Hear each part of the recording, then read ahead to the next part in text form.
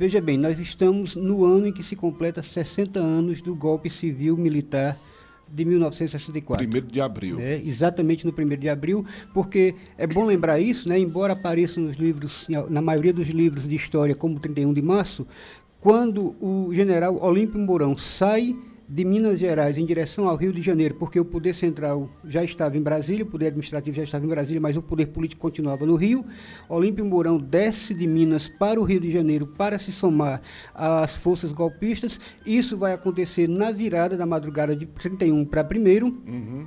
E João Goulart, ainda em território nacional, vai ser deposto no dia 1º, quando Ranieri Mazzilli vai ser empossado, na verdade, já no dia 2. Então, efetivamente, o golpe foi dia 1º de abril e é bom se registrar isso. Pois é, agora assim, também, na verdade, existe também uma ligação, porque eles não queriam que esse dia fosse aliado ao dia da mentira. Isso, claro, né? Pegava mal, né? Pegava mal, então botar dia 31 do mês anterior para evitar que isso Então tem essas duas dimensões. Tem a dimensão, de fato, de que não era uma data boa para entrar para a história, e tem o fato de que, assim, efetivamente, o golpe se deu no 1º de abril mesmo.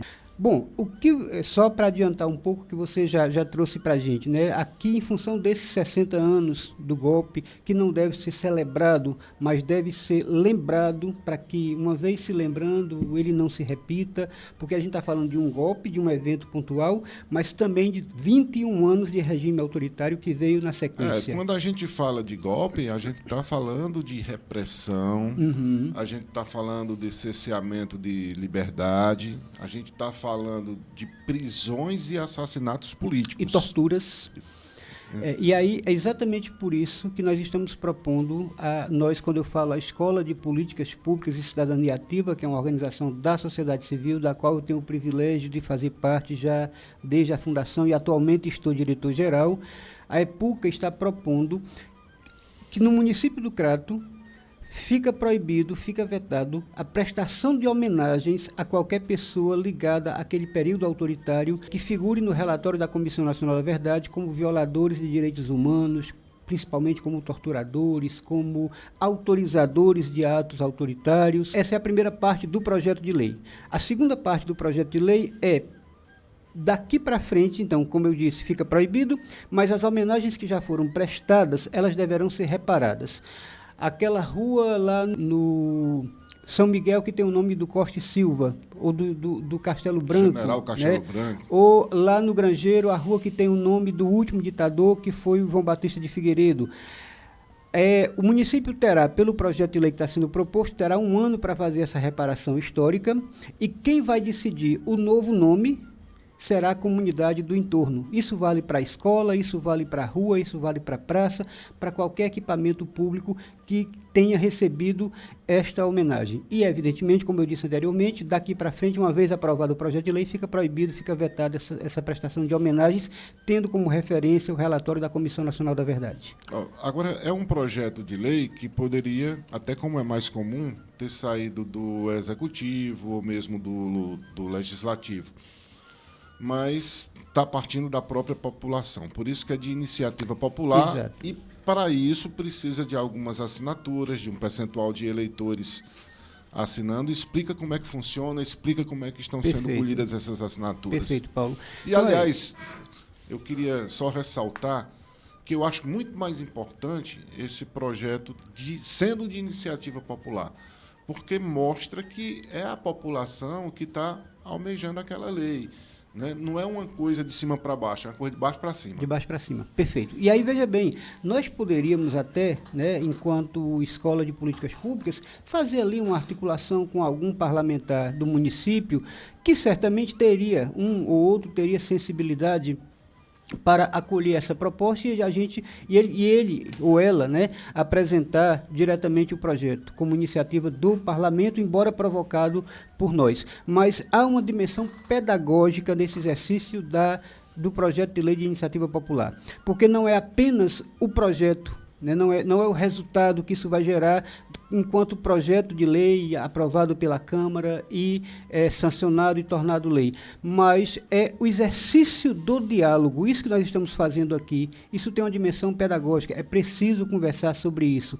Por isso, o projeto de lei de iniciativa popular, que está previsto na Constituição Federal de 88 e que estabelece que, no caso dos municípios, nós precisamos ter a assinatura de pelo menos 5% do eleitorado daquele município. Nós estamos, portanto, apresentando isso no Crato, que é o município onde a EPUCA tem sede, e 5%, a conta de hoje é algo em torno de 5 mil assinaturas. Nós estamos quase chegando a 100 mil eleitores, 98 mil eleitores. Então, cerca de 5 mil assinaturas.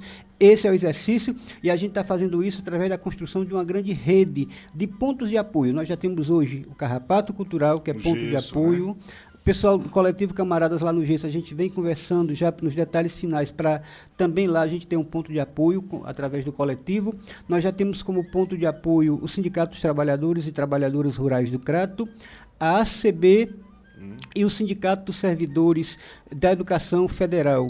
Entidades, né? Bem representativas. Bem representativas. Né? Eu disse aqui que esse projeto já estava circulando. Eu menti, não? Não, está correto, é isso. As pessoas já podem... Já estão assinando? Já estão assinando. Inclusive, assim, tem um site, né? O site da EPUCA tem uma página dedicada ao projeto. Então, o site da EPUCA é portal EPUCA, com U, né? portalepuca.org, para acessar o projeto /nunca mais. Então, aí lá você tem como baixar o projeto de lei, inclusive com a justificativa que está bem robusta. Lá você tem como baixar, eu quero ajudar a coletar assinaturas. Tem lá como imprimir o formulário de coleta de assinaturas e tem alguns materiais adicionais para nos ajudar a entender melhor e até fazer atividades sobre. Repete o endereço eletrônico. Pronto, vamos lá. portalepuca.org/nunca mais. Nunca mais se refere ao movimento a ditadura Tortura Nunca Mais, né? Isso. Tortura Nunca Mais, ditadura nunca mais, né? Certo. Que é, inclusive, um movimento que não nasce hoje, que vem desde muito tempo, né? Joelmi, eu particularmente, assim, em público ou para o público, é um assunto que eu nem gosto muito de falar, porque é um assunto muito polêmico e, às vezes, eu me exalto um pouco, né? Eu nasci em 1974, no meio da ditadura militar, e meu nome é Ernesto, Paulo Ernesto, em homenagem a Che Guevara, né? Então, meu nome leva o nome de um santo e de um guerrilheiro. Eu prefiro o segundo. Mas, enfim, eu estou falando isso porque, na rua, comentando com algumas pessoas sobre esse projeto, né, algumas pessoas que sequer têm coragem de defender o argumento, né, de que é defensor da ditadura militar, aí botam uma máscara, aí diz assim, não, mas eu acho que o governo militar deixou muitas obras para o país, né? Mas isso é, no mínimo, né, uma percepção, se não enganada, mas limitada, desse governo militar, porque, na verdade, o que houve foi um patrocínio estrangeiro desse, entre aspas, desenvolvimento para justificar a ditadura militar e a repressão. Perfeito. Né? É isso mesmo? Não? Você concorda? Concorda? Concordo. Veja bem, Paulo, eu acho que assim, as pessoas é bastante, aliás, é próprio dos regimes democráticos a divergência, né? Eu acho que a gente tem todo o direito de divergir. Agora, é fundamental que a gente faça isso com algum fundamento, com alguma base, né? Negar, por exemplo, que nós tivemos, que nós tivemos um período autoritário, é mais ou menos da mesma pegada aí de achar que a Terra é plana. É negar o óbvio, né? Então, de fato, nós tivemos sim um regime autoritário. É possível imaginar ganhos, algo positivo num regime que tortura, que mata, que persegue? Me parece insano pensar nessa perspectiva. Mas vamos mais além. Um dos argumentos mais comuns de quem defende o regime autoritário é dizer, por exemplo, que na ditadura não tinha corrupção. Basta a gente olhar para o que foi Itaipu. A obra de Itaipu, por exemplo, né, além da Transamazônica... Aqui no Ceará mesmo tem uma ponte que liga nada a canto nenhum. A canto nenhum. E aí, no caso específico de Itaipu, a gente chegou ao extremo de um agente importantíssimo da Embaixada Brasileira começa a investigar isso e comenta numa roda durante um encontro político em Brasília, que estava escrevendo um livro sobre isso. Dias depois, esse embaixador é assassinado. Então, e tem vários documentos, inclusive, tratando dessa questão, tem pesquisas muito sérias, tem base documental muito séria. Então, vale a pena olhar para a história a partir do registro dessa história. E mais, né? É uma coisa tão macro que, na verdade, também não aconteceu só no Brasil. Né? O governo americano financiou a ditadura em toda a América Latina, praticamente. Havia um movimento, né? Havia um movimento na América Latina. Se a gente pegar, por exemplo, a Operação Condor, foi uma operação coordenada, inclusive com treinamento militar. Né? Financiou não só financeiramente, mas taticamente. Taticamente, exato. Né? E aí, a Operação Condor, que foi uma operação na América Latina toda, né, que integrava as ditaduras, no caso do Brasil, a ditadura de Pinochet, no Chile, várias ditaduras, e havia um trabalho coordenado, porque a ideia era, dentro do fantasma do comunismo, você achar, por exemplo, que João Goulart era comunista porque estava buscando negócios com a China, era de um absurdo tal. Era progressista, sim. Né? João Goulart foi uma figura muito progressista em vários aspectos, inclusive na perspectiva das reformas de base. A reforma agrária que João Goulart, por exemplo, propunha fazer através do seu plano de reformas de base, era algo que vários outros países já tinham feito. O Brasil estava atrasado nisso. Mas para a elite nacional, especialmente para a elite agrária, mas, sobretudo, né, para uma parcela considerável dos militares e para uma parcela considerável da Igreja Católica Conservadora, principalmente o grupo mais ligado à tradição, família, propriedade, para essa turma, João Goulart era um comunista, um fantasma que sempre está aí, indo e vindo. Até hoje. Até hoje. Foi ressuscitado recentemente. Né? Muita coisa está sendo ressuscitada, né? Inclusive a possibilidade de novos financiamentos, né?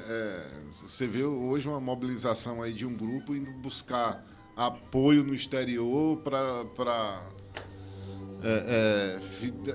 justificar um possível golpe. Né? Enfim, é uma coisa meio maluca de acreditar. Mas veja bem, Paulo, por que é que essas questões, né, essas ideias sobrevivem até hoje? Né? Eu acho importante a gente compreender isso, porque nós não fizemos no Brasil uma coisa fundamental quando você faz a transição de um regime autoritário para uma democracia. A gente não fez o dever de casa, que é um mínimo de justiça de transição e reparação histórica. Nós tivemos Carlos Alberto Brilhante Ustra, o mais vil, o mais perverso dos torturadores, o cara que levava crianças para assistirem os pais sendo torturados ou em frangalhos após sessões de tortura. E este cidadão, e eu estou aqui sendo generoso ao tratá-lo como cidadão, mas estou sendo educado, né? Tentando ser educado, ele é homenageado numa sessão do Congresso Nacional, né, com a declaração de voto, e o parlamentar que faz isso, ao invés de sair de lá cassado e, depois do devido processo legal, preso, logo, tempos depois, sobe a rampa da presidência da República. Então, eu estou pegando só um caso isolado, mas tem N outros, né? Vladimir Herzog nunca se fez a reparação necessária. Jornalista Vladimir Herzog, assassinado pela ditadura. Rubens Paiva, parlamentar cujo corpo desapareceu. E a gente está falando de nomes conhecidos. Mais conhecidos, exato. Imagine aí quantas e quantas famílias não choram a morte, o desaparecimento dos seus entes queridos. Né? Como é que essas famílias se sentem com uma homenagem dessa no Congresso? Exatamente. Aliás, durante uma solenidade na Câmara dos Deputados, este mesmo parlamentar de que falávamos anteriormente, que depois vira presidente, resolve, no meio da solenidade, passar e cuspir no busto que estava sendo erguido para Rubens Paiva. Né? Então a gente chega a esse nível de escárnio. E aí, veja bem, quando a gente não faz essa reparação histórica, quando a gente não prende, por exemplo, faz o devido processo legal, julga e prende os torturadores, isso permite que alguém ache que é bastante normal se colocar numa viatura da Polícia Rodoviária Federal em Sergipe um cidadão negro e esse cidadão transformar o Camburão numa câmara de gás, como a gente viu recentemente. Isso permite que se naturalize, que se considere legítimo você fazer uma chacina na periferia para matar o povo preto. Então, a falta de reparação histórica e de justiça acabou gerando isso. Né? Assim, o liberou geral, tudo pode. Essa coisa da reparação, assim, eu acho muito importante, porque tem algumas pessoas, não é que elas não sejam culpadas, é que elas interpretaram de maneira limitada esse triste período, porque também houve uma propaganda na televisão, no rádio, né? Houve uma propaganda a favor daquele governo militar que não era brincadeira. Uhum. A gente estava vivendo o, entre aspas, milagre brasileiro, né? Na televisão se mostrava você abrindo, por exemplo, uma estrada, né, a transamazônica, que ia levar o progresso a uma região inabitada, que ia levar o brasileiro a conhecer o Brasil. Eu assisti um documentário recentemente sobre a BR-116 e nesse documentário, né, mostrava muito essa questão de como era feita a propaganda política naquela época. E eu fiquei me imaginando assim, no sofá assistindo aquela propaganda e adorando o governo militar. Uhum.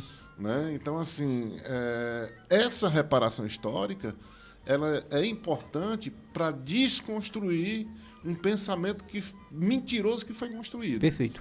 Lembrando que o milagre econômico colocou o país numa dívida com o Fundo Monetário Internacional que se tornou praticamente impagável. A gente passou anos e anos e ainda hoje tem sequelas desse endividamento gerado pelo suposto milagre econômico, com um detalhe. O slogan era, em determinado momento, especialmente no auge, aí na década de 70, né, era Brasil ame ou deixe, num apelo nacionalista, que, assim, quem não gosta do Brasil, quem não gosta do regime é inimigo do Brasil, essa era a lógica, né? Exatamente para dizer, olha, quem pensa diferente é nosso inimigo. Isso nos remete, Paulo, a uma outra perspectiva que é, quando a gente discute, por exemplo, a necessidade de desmilitarização das polícias, que é uma discussão mais profunda e que a gente não vai dar conta dela hoje, mas a gente está chamando, inclusive, para a necessidade de que nós possamos, porque lá atrás, a partir de 64, para o regime se sustentar, ele precisava de um inimigo. Toda guerra pressupõe um inimigo. Como não tinha um inimigo externo, o inimigo passou a ser o inimigo interno. Naquele momento, os movimentos populares de resistência, né, o movimento estudantil, o movimento sindical, enfim, todo mundo que se opunha, que fazia resistência ao regime autoritário. Encerrado o regime autoritário, sem que a gente tivesse conversado sobre isso, o inimigo continua a existir. Agora, o inimigo do autoritarismo é o povo preto da periferia, são os povos originários, como já era naquela época. Então, é todo mundo que se opõe... São as pessoas que são beneficiadas pelas políticas públicas. Exatamente. Né, que é a chamada minoria, que é a maioria do país. Então, a ideia da desmilitarização é no sentido da formação. É absurdo que a gente tenha, em pleno século XXI, escolas militarizadas. Não combina. Então, a gente precisa conversar sobre isso, sim. E tem muita gente também que acha, né, que a ditadura militar ela não teve repercussão aqui na região do Cariri. Isso também é uma inverdade. A gente teve pessoas presas. Seu Eloy, por exemplo, foi preso. Eudaldo Santana, né, em 74, também foi um preso político. Né? Algumas mulheres também. Silma Sobreira. Então, assim, são pessoas... isso mostra assim, um reflexo da ditadura militar também aqui na nossa região, né? Perfeito. Aliás, o professor Aurélio Matias tem um livro, né, muito interessante sobre... eu acho que o Aurélio talvez seja a pessoa no Cariri que mais mergulhou nessa questão, estudou. Mas é isso, ela chegou a todo canto, né? Ela chegou às comunidades indígenas. Tem um documentário que eu não vou lembrar, infelizmente, o nome agora, que foi muito forte a ação dos militares contra os povos indígenas. Ela chegou a todos os territórios, chegou ao Cariri, chegou ao Sertão Central. Em Maranguape, por exemplo, a gente tinha um grupo muito forte de resistência e esse grupo foi reprimido violentamente. Agora, como eram comunidades mais interioranas, como não estavam no centro ali da mídia, a mídia já não falava muito, até porque tinha todo um processo de censura. A igreja era dividida, né? A igreja estava dividida, né? Você tinha de um lado o movimento mais ligado à teologia da libertação. Por outro lado, você tinha a igreja bem conservadora, para não dizer reacionária em alguns aspectos. É bom lembrar que um dos principais aliados do golpe de 64 foi a TFP, a Tradição Família Propriedade, que era um movimento de bases fundamentalistas, liderado por uma figura central da Igreja Católica, leiga. Então, mas que também acabou assim convencendo a maior parte do clero, né? Mas graças a Deus a gente teve aqui também no Nordeste movimentos de resistência também, né? Da própria igreja. Dom Helder Câmara foi uma dessas pessoas, né? Aqui no Crato a gente teve também algumas atividades ligadas aos camponeses, também promovida por alguns religiosos, né? Perfeito. E que muitas vezes não era nem... eles eram taxados como comunistas. E não é que eles fossem comunistas, é que eles tinham algumas atividades que eram consideradas subversivas. Né? Você dividir o pão é subversivo. Aliás, vamos lá, né, Paulo? Educar é subversivo. Né? Uhum. Paulo Freire era um subversivo. A propósito de Paulo, né? O Paulo apóstolo, né? Que talvez tenha sido o principal marqueteiro do cristianismo, né? Praticamente em todas as cartas de Paulo, aos Tessalonicenses, aos Coríntios, Paulo falava de uma perspectiva comunista muito forte, que era a perspectiva da partilha, do amor, da união, né, da solidariedade. Nessa perspectiva do comunismo como algo que leva a vida em comum, a partilha, a comunhão, Jesus era um baita comunista. Com certeza. De fato, né? Assim, então, assim, há também o que é que se chama mesmo de comunismo? O que de acha é isso? Né? Que fantasma é esse? Né? Comunista não come criancinha, tá? E só para registro, eu não sou comunista, eu sou anticapitalista. Né? A questão é outra. Né? Muito bem, é uma discussão ainda mais ampla, mas vamos voltar a falar do projeto. Vamos lá. Né? A gente está tendo essa discussão, pessoal, até para algumas pessoas também reavaliarem seus pensamentos, seus argumentos, né? E quem sabe poder ajudar a aprovar esse projeto. Esse projeto ele não tem um intuito perseguidor, ele tem um intuito reparador. É isso mesmo? Fala um pouco mais, João. Perfeito, Paulo. Tem um texto meu, tá no meu segundo livro, mas está também disponível no blog, que eu discuto exatamente essa ideia de que não é só sobre eles, é também sobre nós, né? Então, falar sobre ditadura, por exemplo, não é falar só sobre os violadores dos direitos humanos, mas é falar sobre nós também, sobre como a gente tem lidado com isso, como a escola tem lidado com isso. E aí o projeto de lei vem nessa direção. Primeiro, porque é simbólico, né, Paulo? Os espaços físicos, os espaços públicos, eles são recheados de símbolos, de ícones. Então, quando eu tenho uma escola que leva, por exemplo, o nome de um ditador, ou quando eu tenho uma escola que leva o nome de um agente da tortura durante o período militar, eu estou, de alguma forma, naturalizando esta prática, né? Não, tudo bem colocar o nome de uma pessoa como essa numa escola. Não está tudo bem, é preciso refletir sobre isso, né? Porque que legado nós queremos deixar para as gerações futuras?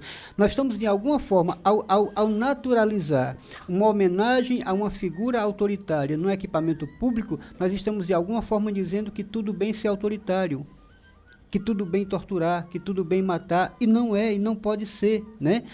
Qualquer forma de violência, especialmente a violência da tortura, porque talvez seja a mais cruel, né? Ela precisa ser rechaçada, né? Enquanto princípio ético coletivo. A gente precisa entender que não dá para naturalizar determinadas práticas. E a homenagem pública, ela acaba validando isso. Da mesma forma que, ao dizer, nós não aceitamos que a rua, eu não aceito que a rua onde eu moro receba o nome de um torturador, eu estou dizendo que eu tenho um compromisso ético com a democracia. Até porque rua é um lugar. Lugar é onde a gente vive. Uhum. A gente tem que ter pertencimento. Então, já pensou, né, se eu morasse lá na Avenida Costa e Silva, certo? Rapaz, Paulo Ernesto, onde é que você mora? Rapaz, eu moro na Avenida Costa e Silva. Aí Costa e Silva é o nome da rua, ganhou esse lugar porque o cara foi o cara que instituiu o golpe militar no Brasil em 64. Uhum. Como é que eu vou ter orgulho Perfeito. de morar numa rua dessa? Cadê o meu sentimento de pertencimento àquele lugar? Perfeito, né? Paulo. A mesma coisa na escola. Rapaz, você estuda onde? Rapaz, eu estudo lá na escola João Batista de Figueiredo. O cara que disse que a merda do cavalo dele era mais cheirosa do que o povo. Exato. Né? Exato. Já pensou esse tipo de referência que a gente pode dar? E mais, quando a gente cita uma referência dessa, aí a gente imagina que do outro lado está ouvindo um filho, um neto de uma pessoa que foi torturada por aquele cara que tem o nome da rua.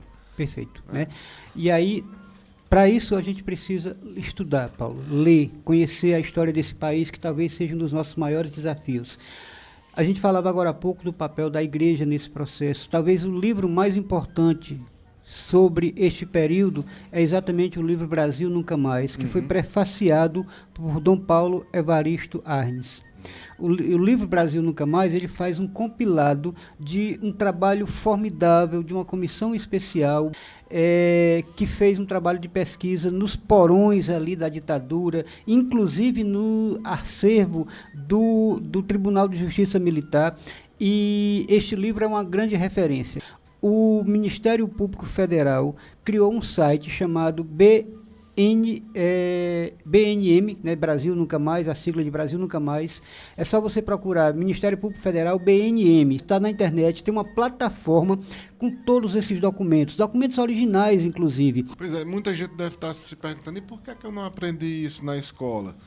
Ora, se você estudou na época do regime militar, você não poderia aprender isso na escola, porque se o professor ensinasse, ele era preso, né? Você até pouco tempo não poderia saber da história porque a história estava trancada nos porões da ditadura militar. Só agora que se tem acesso ao que aconteceu. As pessoas que ensinavam e que falavam e que denunciavam o regime militar, elas acabaram mortas e foram perseguidas, né? Quando a gente fala da igreja, por exemplo, tem boa parte da igreja que mostrou à comunidade o que era o regime, né? Aí a gente cita Dom Helder Câmara, aí a gente cita Frei Beto, aí Frei Tito, né? Assim, várias pessoas que eram referência para a igreja e que também denunciaram essas injustiças. E aí tem uma coisa importante, Paulo, nisso que você estava dizendo, que lá atrás, essa conversa que nós estamos tendo aqui, estaríamos todos três aqui do estúdio presos imediatamente, né? Exatamente. Possivelmente já tivesse alguém ali esperando para nos prender e já tivesse entrado para interromper a conversa. Né? Exato, tinha uma figura do censor nos jornais, inclusive. Era muito difícil fazer imprensa naquele momento, porque quem não estava aliado ao regime, e parte da imprensa esteve aliada ao regime autoritário. Até porque recebia dinheiro para divulgar as mentiras do governo. Exato, né? Você teve várias situações em que aparecia do nada, no meio de uma página de jornal, no lugar de uma coluna de um jornalista mais progressista, uma receita de bolo. Né? Porque o censor chegava e dizia, não, esse artigo não pode ser publicado. E aí, para preencher o buraco, se colocava uma receita de bolo, às vezes nem sabia se a receita funcionava ou não. Mas, enfim, veja bem, então lá atrás não se podia falar, porque de fato a repressão estava ali escutando a conversa da gente e vinha com toda a força, e depois a gente não teve o compromisso do Estado brasileiro, inclusive do Ministério da Educação, governos após governos, de investir da democratização do acesso a essa informação. Porque a gente sempre esteve sequestrado. Tem um jurista brasileiro, o Sobral Pinto, dizia que talvez o maior erro da nossa história tenha sido a República ter sido proclamada pelos militares, porque de fato é isso, né? A nossa tradição golpista começa lá atrás com a República. Então você vai ter uma tradição golpista no Brasil que se repete até hoje, e até hoje a gente continua acuado. Veja bem, eu não estou aqui negando a importância dos militares enquanto força de segurança, enquanto agentes fundamentais para a defesa nacional, tem um papel importante, mas não é papel de militares, está na política. E a gente nunca teve coragem de conversar sobre isso. Agora mesmo, nós tivemos um recuo lamentável do atual presidente, que numa situação, eu imagino que deva ser uma situação muito delicada mesmo, mas a gente precisa ter coragem de dizer que, primeiro, não existe poder moderador. Não existe. o Supremo Tribunal Federal acabou de confirmar isso, né? Nós temos 3 poderes na República: Executivo, Legislativo e Judiciário. A República é a separação dos poderes. Exato, Senão não existe poder moderador. E não existe poder moderador. Então, os poderes... Se existisse, nunca seria militar que tem a força das armas. Exatamente, porque não há como moderar em desequilíbrio, né? E aí, as Forças Armadas, elas têm um papel fundamental na defesa nacional, na defesa das fronteiras, na vigilância das fronteiras, mas nunca decidindo sobre o tamanho da nossa democracia. E esta conversa a gente precisa ter, né? Mas a gente continua tendo dificuldade de lidar com isso, e esse é um outro desafio que está posto. E acho que projetos como esse que a gente está propondo nos ajudam a conversar sobre isso, porque só vai ser possível fazer essa reparação, que não é só uma reparação de punir violadores de direitos, que não é só uma reparação no sentido de retirar o nome de uma homenagem, mas é também uma reparação no sentido de entender qual é o papel de cada um, né? Forças Armadas, estou falando aqui especialmente, né, das 3 forças, Exército, Marinha e Aeronáutica, são órgãos de Estado, da burocracia de Estado. Eu acho também que esse pessoal, né, acho que mudou de mentalidade. A prova disso foi que eles não aderiram aí a essa última tentativa de golpe, né? Não aderiram em sua maioria. Então, exato. Isso já mostra uma mudança de mentalidade. Eles sabem que o país não funcionaria com a volta de um sistema militar, seria um caos, né? Especificamente com relação ao dia 8, Paulo, eu penso que tem a ver com, também assim, as condições eram outras, né? Não havia um clima favorável para um golpe. A parte considerável porque a gente está falando de figuras como o general Heleno, que é cria do regime autoritário, a gente está falando de Hamilton Mourão, que é cria do regime... Então, parte dos militares que estavam aí eram, de fato... A gente está falando de Etchegoia, né, que é cria do regime. Inclusive, assim, há uma certa hereditariedade nas Forças Armadas, né? O filho do general vira general mais na frente. Então, há uma parcela que, sim, mantém a tradição golpista, mas não havia clima para isso. Mas há também, e aí de novo, eu não posso colocar todo mundo no mesmo balaio. Há militares com uma mente mais aberta e com uma compreensão mais clara do papel efetivo das Forças Armadas? Mas há uma velha guarda da ditadura que é muito rancorosa e que, sobretudo, entende que não consegue se ver fora do poder. E a gente precisa se proteger dessas pessoas. Precisa. E o projeto é mais ou menos isso. A proposta vai nessa direção. Bom, aqui no Crato, teria muitas mudanças?